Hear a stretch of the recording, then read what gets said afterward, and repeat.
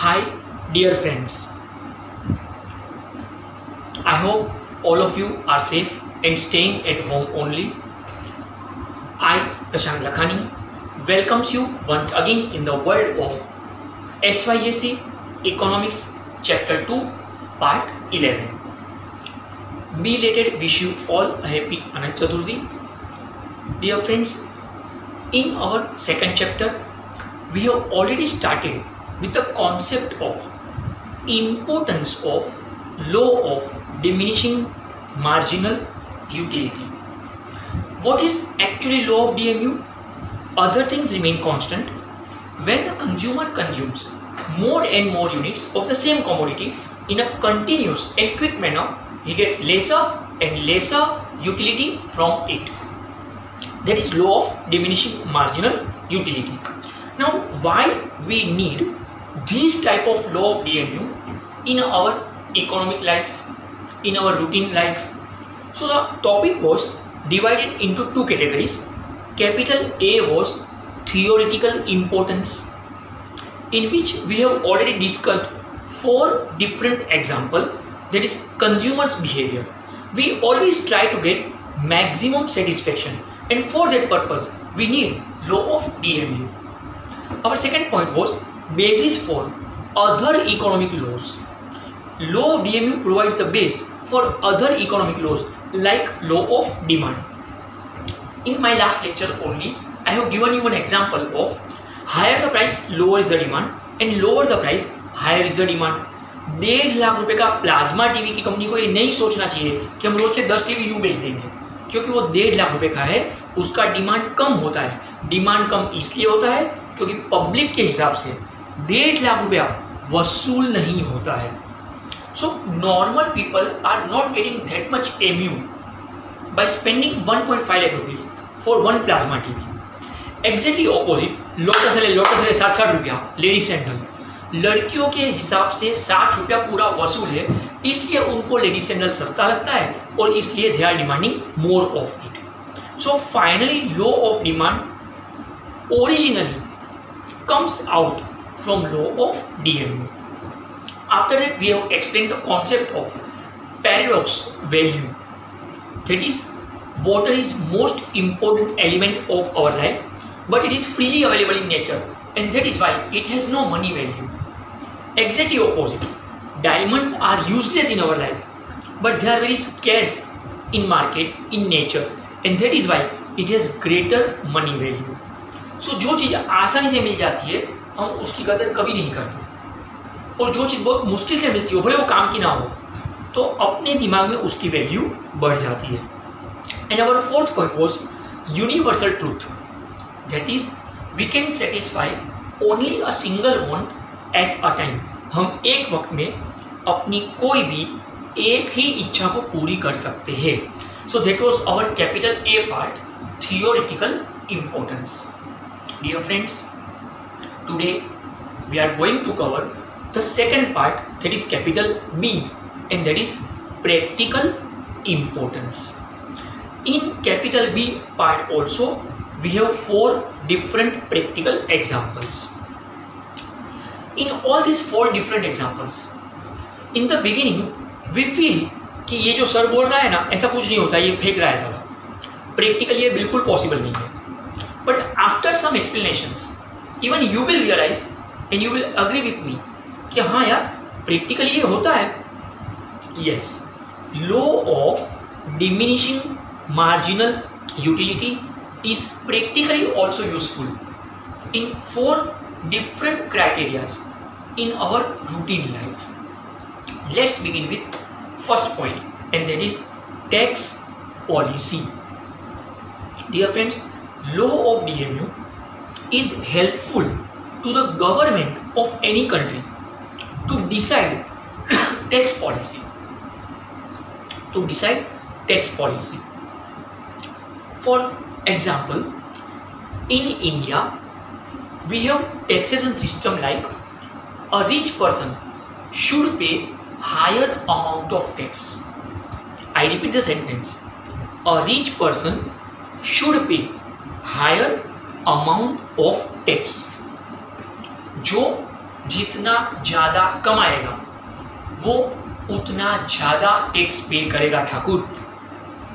Y I am saying like this, अगर आप अपना टैक्स का स्ट्रक्चर देखेंगे कभी, अगर कभी थोड़ा बहुत भी टैक्स समझ में आता हो, इंडिया में टैक्स का जो सिस्टम है, okay, up to 3 lakh rupees income, अगर आपके पूरे फैमिली की एक साल की कमाई 3 लाख रुपए तक है तो यू हैव टू पे 0 रुपी टैक्स, मतलब कोई टैक्स पे आपको नहीं करना है, कोई टैक्स पे नहीं करना है। Okay friends, up to 5 lakhs, up to 5 lakhs अगर आप अपने सीए के साथ बैठे और थोड़ा समझे तो भी कोई टैक्स पे आपको नहीं करना है। मतलब आप 5 लाख रुपए तक कमाओ, आपको कोई टैक्स नहीं आता है, और अगर वो आता भी है तो it is just 5%, just 5%। Okay, अगर आपकी इनकम 10 लाख के ऊपर निकल जाती है तो यू हैव टू पे 20%, उससे ज़्यादा निकल जाती है 30%। तो ये जो टैक्स का सिस्टम है, इट शोज कि a rich person should pay higher amount of tax. अब किसी भी कंट्री की गवर्नमेंट के दिमाग में ये लॉजिक कहाँ से आया कि जो ज़्यादा कमाता है ना उसके पास से टैक्स ज़्यादा वसूल करो? तो इसके पीछे जो ओरिजिन दिमाग है वो लॉ ऑफ डीएमयू है फ्रेंड्स, क्योंकि लॉ ऑफ डीएमयू ये बता चुका है कि जो चीज़ आपके पास ज़्यादा अवेलेबल है आपके लिए वो ज़्यादा वैल्यूएबल नहीं है। तो जो पैसे वाले लोग हैं, जो बहुत कमा रहे हैं, उनको टैक्स पे करने में जान नहीं जलेगी। अगर कोई बंदा सिर्फ साल का 2 लाख कमा रहा है, उसको अगर बोल दिया कि 20,000 रुपये टैक्स पे करो तो उसकी जान जलेगी। पर जो 10 लाख कमा रहा है उसको अगर बोल दिया कि तू 20,000, 30,000 या 50,000 टैक्स पे कर तो उसकी जान नहीं जलेगी। एक छोटा सा लॉजिकल एग्जांपल समझा पाऊंगा तो, अगर आपके घर पे कोई काम वाली बाई, ताई, आजी, मौसी, आप जो भी बोलते हो, अगर कभी मम्मी बीमार हो और मम्मी ने उसको 10 रुपया लेकर बोला कि थोड़ा हल्दी धनिया लेकर आ, ओके, अब अगर सपोज हल्दी धनिया जो भी लेने को भेजा था उसका 9 रुपया हुआ है, ठीक है, और वो भैया जी बोल रहे हैं कि 1 रुपया छुट्टा नहीं है ना। उसी अगर आप और मैं होंगे ना तो अपने को 1-2 रुपये से फर्क नहीं पड़ेगा, हम क्या करेंगे, छोड़ यार चल जा खुश हो, ओके। लेकिन वो जो ताई, आजी, मौसी जो भी है उसको 1 रुपये से फर्क पड़ता है क्योंकि उसका महीने का पगार 800 रुपया, 1000 रुपया है, ओके। तो कुछ भी मच करेगी, 10 मिनट बिगाड़ेगी, 15 लोगों को जमा करेगी, 20 गालियाँ देगी और उस भैया जी से कुछ भी करके 1 रुपया वसूल करेगी। घर पे आके 1 रुपया मम्मी को नहीं देगी कि 9 रुपये का आया है, घर पे आके क्या बोलेगी, 10 रुपये का आया, ओके। वो 1 रुपया उसके खुद के वॉलेट में गया। अब इसके पीछे की सोच क्या है, उसके दिमाग में ये चल रहा है कि अगर ऐसा सपोज महीने में 10 दिन ऐसा 1-1 रुपया मिल जाए तो एटलीस्ट एक बार का स्टेशन से लेकर घर पे आने का जो शेयर रिक्शा का खर्चा है वो तो फोकट में निकल जाए। तो उसके लिए ये 1 रुपया बहुत बड़ा मैटर करता है। आपके और मेरे लिए 2 रुपया भी शायद मैटर ना करता हो। अगर आप अपने घर से सपोज कोई एक जगह पे रिक्शा में गए हो और 18 रुपया मीटर आया है, आपने 20 का नोट दिया, ओके, और ड्राइवर रिक्शा वाले ने बोल दिया कि 2 रुपया छुट्टा नहीं है, क्या करेंगे आप, कॉलर से खींच के धापट धोपट। अगर सामने से कोई अच्छी लड़की आती होगी ना तो और भी शाइनिंग, क्या हुआ बॉस छुट्टा नहीं है, अरे रख यार तू भी क्या याद करेगा, ऐश कर जा। अरे बात तो ऐसे कर रहा है जैसे 2 रुपये में उसका बंगला बनने वाला है, ओके। आपको 2 रुपये से फर्क नहीं पड़ेगा, आप 2 रुपये बिंदास छोड़ देंगे, कोई फर्क नहीं पड़ता। लेकिन वो जो काम वाली बाई, ताई, आजी, मौसी थी, वो 1 रुपया झगड़ा करके भी वसूल करेगी। तो जो जितना ज़्यादा कमाएगा वो ज़्यादा टैक्स पे कर पाएगा क्योंकि उनको पैसों से ज़्यादा फर्क नहीं पड़ता। लेकिन जिसकी कमाई कम है उसके लिए 1000 रुपीज़ भी बहुत ज़्यादा वैल्यूएबल है, तो टैक्स पे करते वक्त उसकी जान जलेगी। And that is why government of India has provided this type of tax structure in our country कि जो ज़्यादा कमाएगा वो ज़्यादा टैक्स पे करेगा। तो a rich person should pay higher amount of tax. So this type of tax policy is introduced by our government with the help of law of DMU. So that was our first point, tax policy. Friends, Our second point is redistributive policy and social justice. I repeat the heading, redistributive policy and social justice. देखिए, अगर हम इसका Hindi translation देखें तो बहुत heavy wordings हो जाते हैं। सोशल जस्टिस का मतलब निकलता है सामाजिक न्याय, सबको न्याय मिलना चाहिए। And what is redistributive policy? Redistributive policy का मतलब निकलता है कि अगर ऊपर वाले की देन है और आपको कोई चीज़ फ्रीली ज़्यादा अवेलेबल है तो आपको वो चीज़ बांटना है उन लोगों के बीच में जिनके पास वो नहीं अवेलेबल है।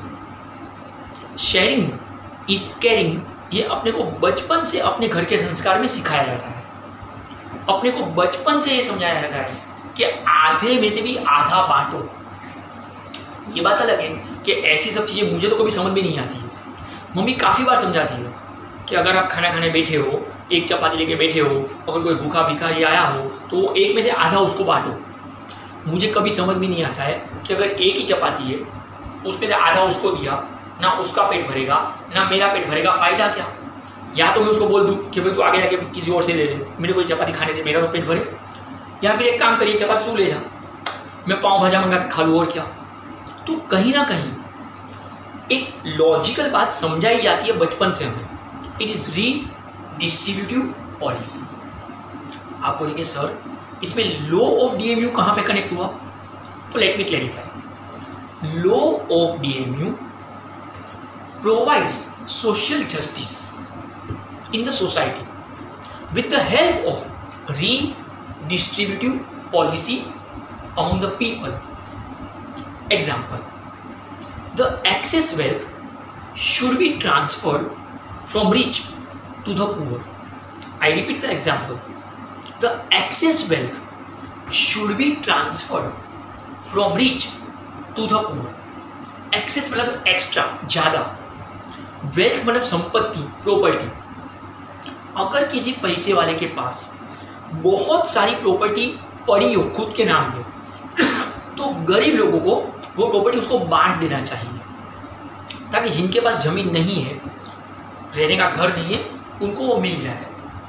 देखिए फ्रेंड्स, सुनने को ये अच्छा लगता है पर क्या ये प्रैक्टिकल पॉसिबल है कि अगर किसी के पास बहुत सारी जमीन पड़ी हो तो सबको बांटते फिरेगा? प्रैक्टिकली लॉजिकली सोचो, क्या ये पॉसिबल है? अगर सपोज मेरे पास अंधेरी में 7 फ्लैट हो मेरे खुद के नाम पे, तो वो 7 फ्लैट में से एक फ्लैट में मैं रहता हूँ, तो क्या बाकी के 6 फ्लैट मैं सबको बांटते फिरूंगा? कोई एक फ्लैट का चाबी एक प्रोफेसर को दे दिया, किसी एक और फ्लैट का चाबी किसी और एक प्रोफेसर को दे दिया, जाओ ऐश करो। अरे फ्रेंड्स, कभी अपने बिल्डिंग में, सोसाइटी में, चौल में किसी के घर रिनोवेशन का काम चल रहा है ना, रिनोवेशन, अगर उन्होंने पुराना टाइल्स निकाला है, पुराना लादी निकाल दिया है और नया बिठा रहे हैं, है कि नहीं? अगर उन्होंने बाहर उसका ढगला करके रखा हो और बाजू वाले आंटी जाके बोलेंगे ना कि एक्सक्यूज़ मी, अगर आपको इसका ज़रूरत ना हो तो मेरे बाथरूम में ये 2 लादी में लगा दूँ प्लीज़, वहाँ पे लीकेज हो रहा है प्लीज़, तो 2 लादी भी नहीं छोड़ेगा कोई। नहीं हमको काम का है, इसलिए तो रखा है, वरना फेंक नहीं दिया होता। अगर काम का नहीं तो पक्का देते, पर हमको काम का है। उसको कोई काम का नहीं है, वो बेच के उसको 700 रुपया मिलने वाला है, इतना ढगला बेच के रेबिट का, पर उसके लिए नहीं हमको बहुत काम का है। एक लादी तक कोई छोड़ने को तैयार नहीं होता। लेकिन अपना इकोनॉमिक्स बोल रहा है कि लॉ ऑफ डीएमयू ये समझा रहा है कि the excess wealth should be transferred from rich to the poor. आपके पास बहुत प्रॉपर्टी है तो आप बांटो। आप बोलेंगे सर ये हमको बात समझ में आ गई, पर क्या ये प्रैक्टिकल इंपॉर्टेंस है? The answer is yes. Let me give you 2 different examples. Dear friends, अगर आप मेरी बात को समझ पाओ तो बाबा रामदेव का पतंजलि का जो आश्रम है, जहाँ पे हरिद्वार में बहुत सारी चीज़ें बनती है, पतंजलि प्रोडक्ट्स, वहाँ पे शुरुआत में उनके पास कुछ नहीं था। किसी एक पैसे वाले बंदे ने शुरुआत में 1100 मीटर का, स्क्वायर मीटर का जगह इनको डोनेट कर दिया फ्री में कि आप कुछ यहाँ पे अच्छा शुरू करो। मेरे पास बहुत प्रॉपर्टी है तो ये इसके लिए इस्तेमाल करो, मुझे उसका कोई पैसा नहीं चाहिए। आप बोलेंगे सर ये हरिद्वार में पॉसिबल है, क्या मुंबई जैसे में पॉसिबल है? Friends, let me share one practical example with you.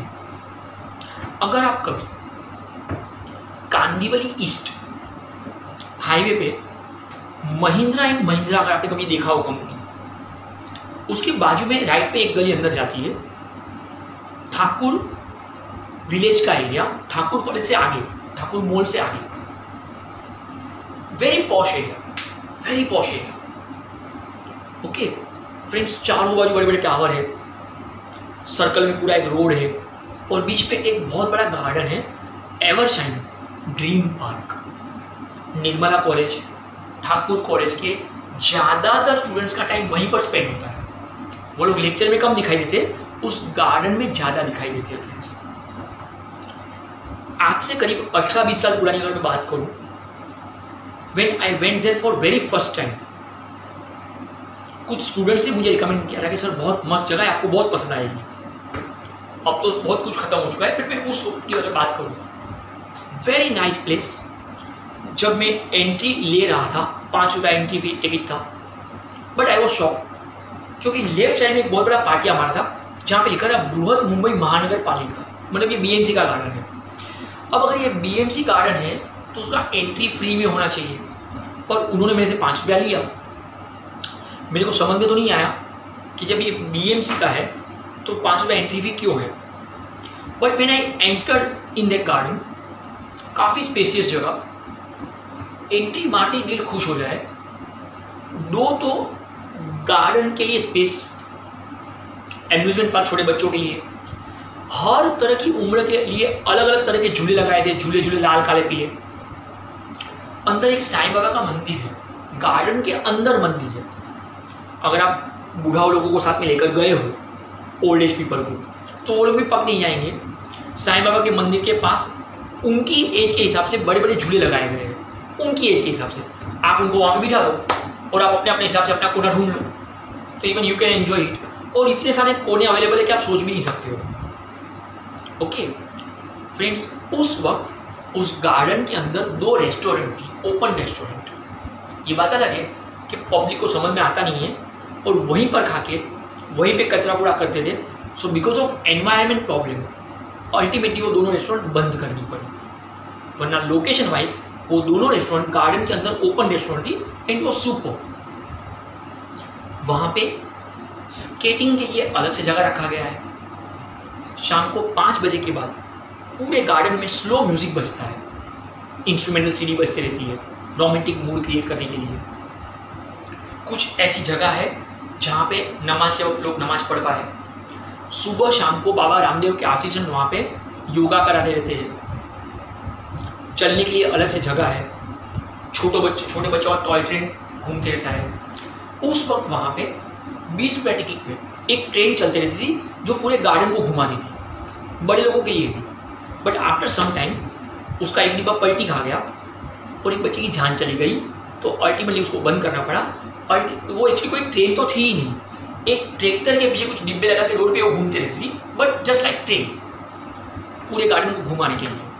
अगर आप पूरा गार्डन चल के समझ के घूमना चाहते हो तो you require minimum half an hour. इतना बड़ा जगह, इतने सारे कोने अवेलेबल। वहाँ पे एक ग्रासलैंड है स्लैंट में, जहाँ पे कपल लोग हाथ में हाथ डाल के सोए रहते हैं, चांद सितारे तोड़ने की बातें करते हैं, अगर नीचे से लाल चींटी नहीं काटेगी तो। ओके, शाम को 7 बजे के बाद उस गार्डन में कलरिंग फाउंटेन स्टार्ट होते हैं। कुछ स्टेप्स चढ़ना था और दोनों में जो कलरिंग फाउंटेन्स। ओके, कुछ स्टेप्स चढ़ने के बाद एक हाइट पे एक स्पॉट आ रहा जहाँ से पूरे गार्डन का लाइटिंग में शाम को आपको व्यू दिखता है। It looks super. ठीक उस स्पॉट के पीछे लाइटिंग में पानी ऐसे गिरता था कि आपको लगे कि पानी का बलून है। फिर ये सब मैं वहाँ पे जाके जो फील कर चुका हूँ, देख चुका हूँ, उसकी बात कर रहा हूँ। ओके, ठीक उसके पीछे बड़े बड़े अक्षरों में लाइटिंग के साथ लिखा हुआ था एवरशाइन ड्रीम पार्क। आई शॉप अगेन। क्योंकि बाहर एक बोर्ड मारा था बृहद मुंबई महानगर पालिका, और अंदर में आप देख रहा हूं Evershine dream park. Friends, Evershine Mumbai में एक प्राइवेट बिल्डिंग कंस्ट्रक्शन कंपनी का नाम है। आई डोंट नो कि आपने कभी सुना है कि नहीं। एवरशाइन नगर मलाड वेस्ट में, वसई में एवरशाइन सिटी, ये सब एवरशाइन ग्रुप वाले का है। ठीक है फ्रेंड्स, इसी एरिया में आगे एक एवरशाइन क्लब भी है। ओके, एक जिम खाना भी है, एवरशाइन क्लब भी है। जब मैंने पहली बार ये देखा तो मुझे कंफ्यूजन हुआ कि ये गार्डन बीएमसी का है कि एवरशाइन वाले का है। बाहर पार्टियां हमारा है बीएमसी, अंदर नाम लिखा है एवरशाइन ड्रीम पार्क। थोड़ा डिटेल स्टडी किया तो एक नई बात सामने आई। सच में वो जगह एवरशाइन वाले का खुद का था फ्रेंड्स, प्राइवेट प्रॉपर्टी थी। ओके, वो पूरा गार्डन उसने खुद ने उस तरीके से बनाया, और मुंबई में ऐसा गार्डन उस जमाने में पहला गार्डन था जो इतनी सारी चीजों को लेकर बनाया गया हो, सोच के साथ, प्लानिंग के साथ। इतना पॉश एरिया में इतना बड़ा जगह का गार्डन बनाकर उसने बीएमसी को डोनेट कर दिया। उसके पास जगह की कोई कमी नहीं है, प्रॉपर्टी की कोई कमी नहीं है, पर तो भी कोई कंस्ट्रक्शन कंपनी, कोई बिल्डर, कोई बिजनेसमैन इतना बड़ा जगह डोनेट कर दे फोकट में। बात हजम ही नहीं हुई। थोड़ा जब और स्टडी किया तो कुछ और बातें सामने आ गई। उस गार्डन के चारों बाजू बड़े बड़े टावर है। कानाकिया बिल्डर्स के साथ एवरशाइन वाले का उसमें पार्टनरशिप था, और वो सभी टावर्स में 1 BHK फ्लैट उस जमाने में 6 लाख रुपए में वो लोग बेचने वाले थे। पर कांदीवली स्टेशन से ये 15 बस स्टॉप की दूरी पे आता है, तो कोई पब्लिक वहां पे जाकर रहने को तैयार नहीं होती थी। बोले इतना दूर जंगल में मंगल करने कौन जाएगा, तो कोई फ्लैट वो बेच नहीं पा रहे थे। इन्होंने क्या आइडिया लगाया, गार्डन बनाकर पब्लिक को अट्रैक्ट किया। जब फैमिली के साथ लोग आएंगे, बच्चा गार्डन देखेगा, पेरेंट्स लोकेशन देखेंगे, और जब सोचेंगे वाओ, और हर टावर में कुछ फ्लैट ऐसे जहां से विंडो से आपको ये गार्डन दिखाई दे, तो गार्डन बीच में है, तो फाइनली लोग उस जगह के लिए अट्रैक्ट होने लगे। विद इन 1 ईयर जो फ्लैट उसके 6 लाख में नहीं बेच पा रहा था, वो 18 lakhs में सभी फ्लैट बुक हो गए, 18 लाख में। और फ्रेंड्स, आज वहां पे एक एक फ्लैट की कीमत करीब करीब 1-1 करोड़ रुपया हो चुकी है। उस वक्त 6 लाख में लेने को कोई तैयार नहीं था, आज 1 करोड़ में कोई बेचने को तैयार नहीं है। दूसरा एक फायदा ये हुआ कि बीएमसी के साथ एवरशाइन के रिश्ते इतने अच्छे हो गए कि अब जब एवरशाइन की फाइल वहां जाएगी तो बीएमसी ऑफिसर पढ़ेगा भी नहीं खोल के, सीधा एवरशाइन, चला पूरे नेक्स्ट स्टेप मार दिया, खत्म। तीसरी बात, छोटे से छोटे बच्चे के दिमाग में उसने एवरशाइन नाम डाल दिया, गुडविल, फोकट का एडवर्टाइजमेंट, मतलब लाइफ टाइम के लिए पब्लिक के दिमाग में एवरशाइन नाम घुस गया, Evershine dream park. It's a great advertisement strategy. एक बार का खर्चा और पब्लिसिटी के हिसाब से, एडवर्टाइजमेंट के हिसाब से इट इज सुपर स्ट्रेटेजी। बच्चा छोटी सी उम्र में सोच लेगा मैं बड़ा होकर एवरशाइन के वहां पे घर लूंगा।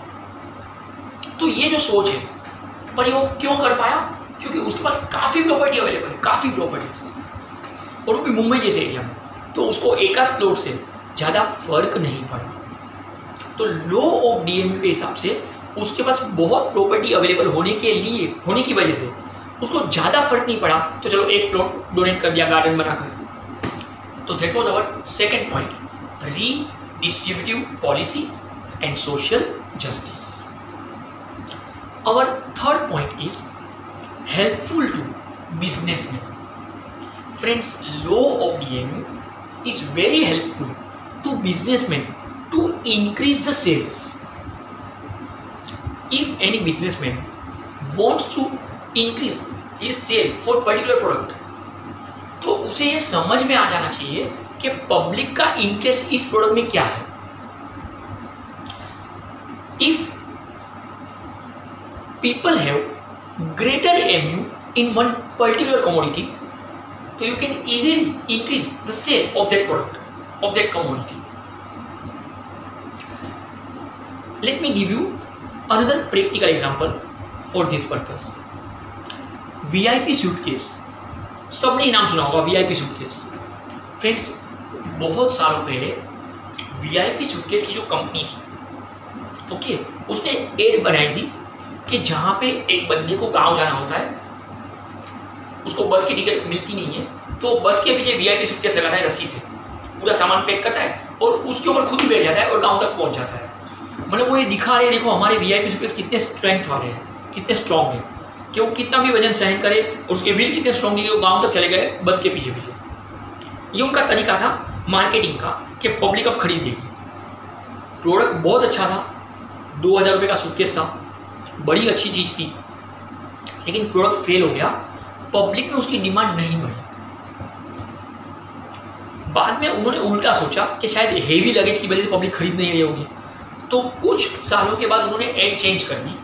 ये एड शायद आप में से भी कुछ लोगों ने देखी होगी, टीवी पे एड आती थी 2-3 साल पहले कि एयरपोर्ट पे अचानक से अनाउंसमेंट होता है कि एक बहुत खूबसूरत एयर होस्टेस की बाजू की जगह खाली है, तो जिनके पास हल्का फुल्का लगेज है वो जल्दी पहुंच जाए। तो सब लोग वीआईपी सूटकेस लेके दौड़ना शुरू एयरपोर्ट पे।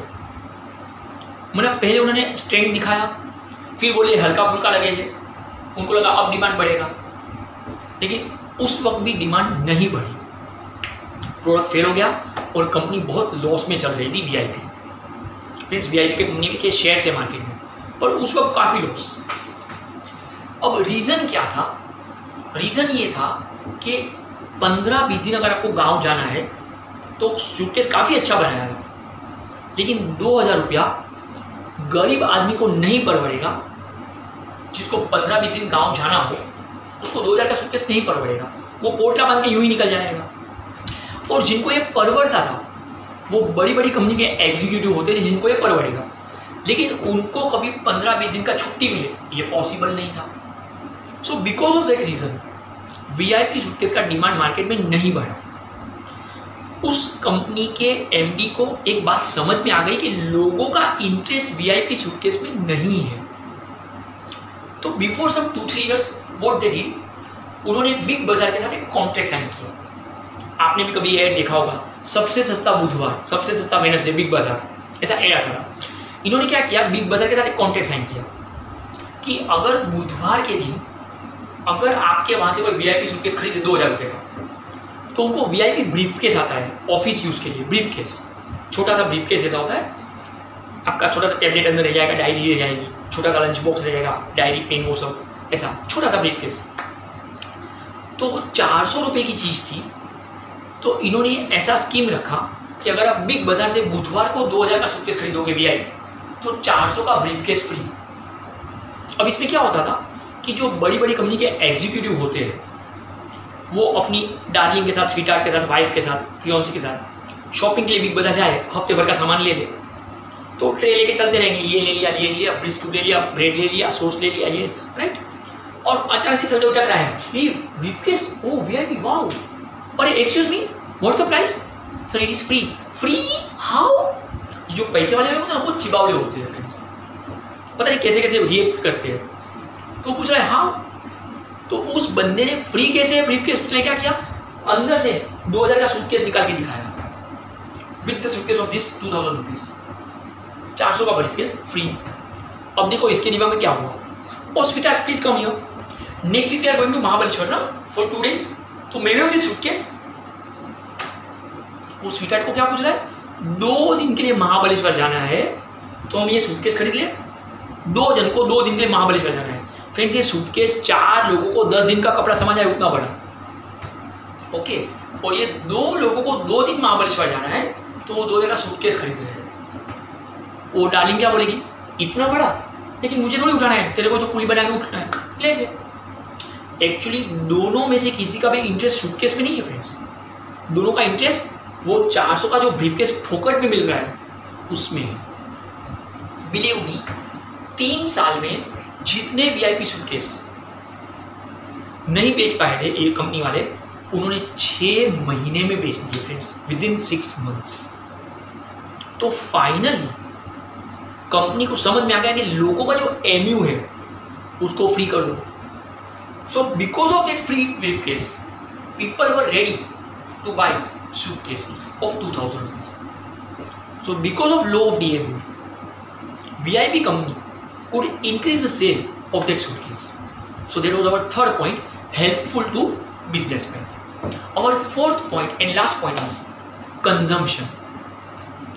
Law of DMU explain the consumers where to stop the consumption. Friends, आप और मैं अगर कभी शॉपिंग के लिए जाए तो हम अपना कंजम्पशन रोकते कहाँ पर है? बोले वहां पर जहां पे अब उस चीज के कंज्यूम करने में, खरीदने में अपना इंटरेस्ट खत्म हो गया हो। और ये लॉ ऑफ डीएमयू बहुत आसानी से समझाता है। अगर आप लोग कभी जू बीच जाते हो ना घूमने के लिए, जू बीच, देखो जू बीच आप कुछ भी ना करो ना तो भी टाइम पास हो जाता है, तो भी टाइम पास हो जाता है। कपल बैठे होते हैं, वो फेरी वाले कुछ ना कुछ लेके निकलते रहेंगे, बोलो समोसा गरम, बोलो समोसा गरम, एक इंटरेस्टिंग बनाएगा चना चोर गरम वाला, कपल बैठा उसके पीछे खड़ा रहेगा, बोलो चोर गरम, बोलो चोर गरम, है ना। उसमें आप एंट्री मारोगे ना तो एक पॉपकॉर्न वाला रहेगा, साहब 2 का 1 5 का 3 पॉपकॉर्न लीजिए, 2 का 1 5 का 3, 2 का 1 5 का 3 छोटा सा पैकेट होगा, 2 रुपये का 1 पैकेट। अब अगर 2 रुपये का 1 पैकेट है तो 3 के 6 रुपये होने चाहिए, बोलेगा 5 का 3 1 रुपया कम। क्यों? उस बहाने आप 3 पैकेट खरीदो, करेक्ट। अब सपोज हम लोग कोई बड़े ग्रुप में गए हैं, अगर हम बड़े ग्रुप में गए तो 20-25 लोग को लेकर गया हूँ घर में, राइट। अब वो मुझे बोल रहा है साहब 2 का 1 5 का 3, तो मैं उसको क्या बोलूँगा कि हम लोग तो बहुत सारे हैं, तू 5 का 3 देने को तैयार है, मतलब तू 10 रुपये का 6 तो दे ही देगा, मुझे 1 पैकेट और दे 10 रुपये का 7 तो वो दे देगा। मैं बोलता हूँ हम लोग तो बहुत सारे हैं। ऐसे भी क्या होता है, पॉपकॉर्न खाने के लिए थोड़ी हम ज़्यादा इस्तेमाल करते हैं, टाइम पास, खाते हुए कपल कहीं बैठा तो ओके टाइम पास। तो मैं उसको बोला 10 का 7 दे दे, बोलता है सब ले लो। मैं बोलता रुक रुक रुक, हम लोग तो बहुत सारे हैं, अगर तू 10 रुपये का 7 पैकेट दे रहा है मतलब तू 20 रुपये का 14 तो दे ही देगा, तो 20 रुपये का एक और दे दे 15, वो दे देगा। मैं बोलता रुक रुक रुक, हम लोग तो बहुत सारे हैं। जब तू 20 रुपये का 15 पैकेट देने को तैयार है, इट मीन्स के तू 40 रुपये में 30 पैकेट तो दे ही देगा, एक पैकेट और दे दे 31 पैकेट। सोचिए फ्रेंड्स, 2 रुपये का एक था और मैं 40 रुपये में उसके पास 31 पैकेट्स मांग रहा हूँ, वो देने को तैयार हो जाएगा, आराम से तैयार हो जाएगा। लेकिन ये कब की बात है कि जब मैं एक बड़े ग्रुप को लेकर एंजॉय करने, टाइम पास करने, फालतूगिरी करने गया हूँ, यूं ही एवं ही, राइट। तो 40 रुपये का 31 पैकेट लिया उस दिन और फुल टू एंजॉय करूँगा। सपोज 8 दिन बाद मेरी गर्लफ्रेंड को लेकर मैं जू बीच गया,